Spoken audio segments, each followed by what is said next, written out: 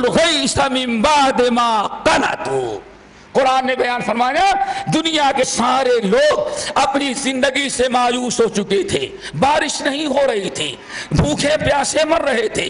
ایسے موقع پر اللہ نے مہربانی کیا اور اپنا فضل و کرم کر کے غیث برسا دیا۔ تو جان بچانے کے لیے بالکل خطرناک موقع پر اللہ کی رحمت جو جوش میں آتی ہے اور پھر اللہ تعالی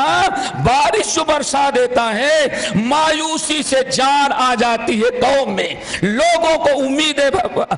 زندگی کی امیدیں بن جاتی ہیں۔ اللہ تعالیٰ نے ایسی بارش کو غیث کہا ہے۔ نبی علیہ السلام جو علم لے کر کے آئے کتاب و سنت کا، دین کا، شریعت کا،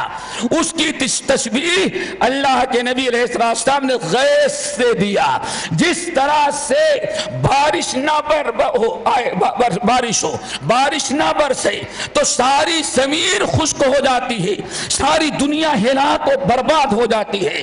اسی طرح سے اگر دنیا سے کتاب و سنت کا علم اٹھ جائے، شریعت اٹھ جائے، تو انسان کفر و شرک و ضلالت میں پڑ جاتا ہے،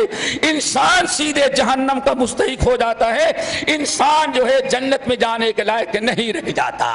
اسی لیے ہمیں بات یاد آئی اور یاد رکھنے کی چیز ہے، انہی آیات اور انہی احادیث کی روشنی میں امام احمد بن حنبل رحمت اللہ علیہ، اللہ ان کی قبر کو نوروں سے بھرے، وہ کہتے تھے کہ ایک انسان کو کھانے کی، پینے کی، کپڑے کی جتنی ضرورت ہوتی ہے، اس سے زیادہ اسلام باقی رکھنے کے لیے ایک مومن کو دین اسلام سے دینی علوم کی ضرورت پڑتی ہے۔ ایک انسان جس طرح سے بغیر پانی اور کھانے اور غذا کی جیسے انسان زندہ نہیں رہ سکتا، ایسے بغیر علوم شرعیہ کے انسان کا دین اور ایمان دنیا میں باقی نہیں رہ سکتا۔ اس آیت اور اس حدیث کی روشنی میں آپ حضرات نے سمجھ لیا ہوگا کہ علوم شرعیہ کی کتنی ضرورت ہے۔ اور ایک بات اور بتائیں، اگر تاریخ اٹھا کے دیکھیں گے، اس دنیا میں کفر و شرک،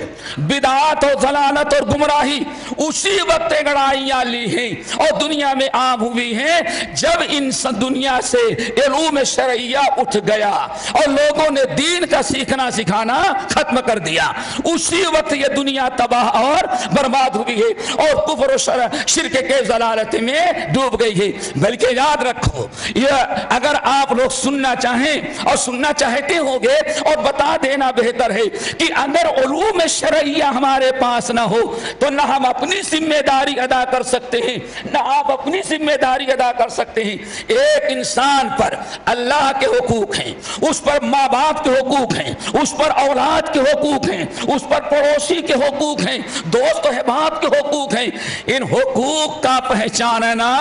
علم کا محتاج ہے۔ جب تک انسان کے پاس کتاب او علم نہ ہو جو اللہ نے اپنے نبی کے ذریعے بھیجا، جس کو ہم کتاب و سنت کا علم کہہ رہے ہیں، جب تک وہ علم نہ ہو آدمی کبھی بھی کسی کا حق نہیں پہچان سکتا۔ نبی صحیح بخاری اور مسلم کا واقعہ ہے، آپ لوگوں نے بارہا سنا بھی ہو شاید۔ نبی علیہ السلام نے ارشاد فرمایا، پرانی امتوں میں یعنی نبی علیہ السلام سے دنیا میں آنے سے قبل ایک تاجر تھا، بزنس مین، بڑی تجارت کیا، جہاں تجارت کرتا نقصان اٹھاتا، جہاں ہاتھ ڈالا خسارہ ہوا۔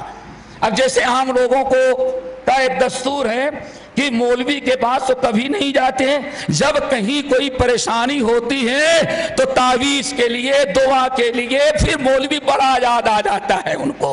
اس وقت مولوی کے پاس بھاگتے نظر آتے ہیں۔ جہاں بھی بزنس کیا وہ انسان نقصان اٹھایا، خسارے میں گیا، کوئی فائدہ نہ ہوا، تنگ آ گیا تو ایک عالم دین کے پاس گیا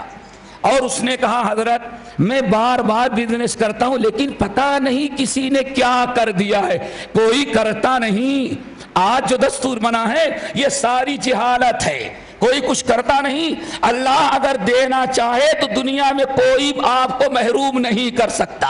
اور اگر محروم کر دے تو کوئی دے نہیں سکتا۔ لیکن مشکل کیا ہے، اگر ایک انسان کاروبار کیا اور کام نہ چلا تو لوگ کہتے ہیں کسی نے تمہاری بندش کر دی ہے۔ اللہ اکبر، بابا کی بندش اللہ رب العالمین کے دروازے کو بند کر دے، یہ سب بیکار فضول کی باتیں ہیں۔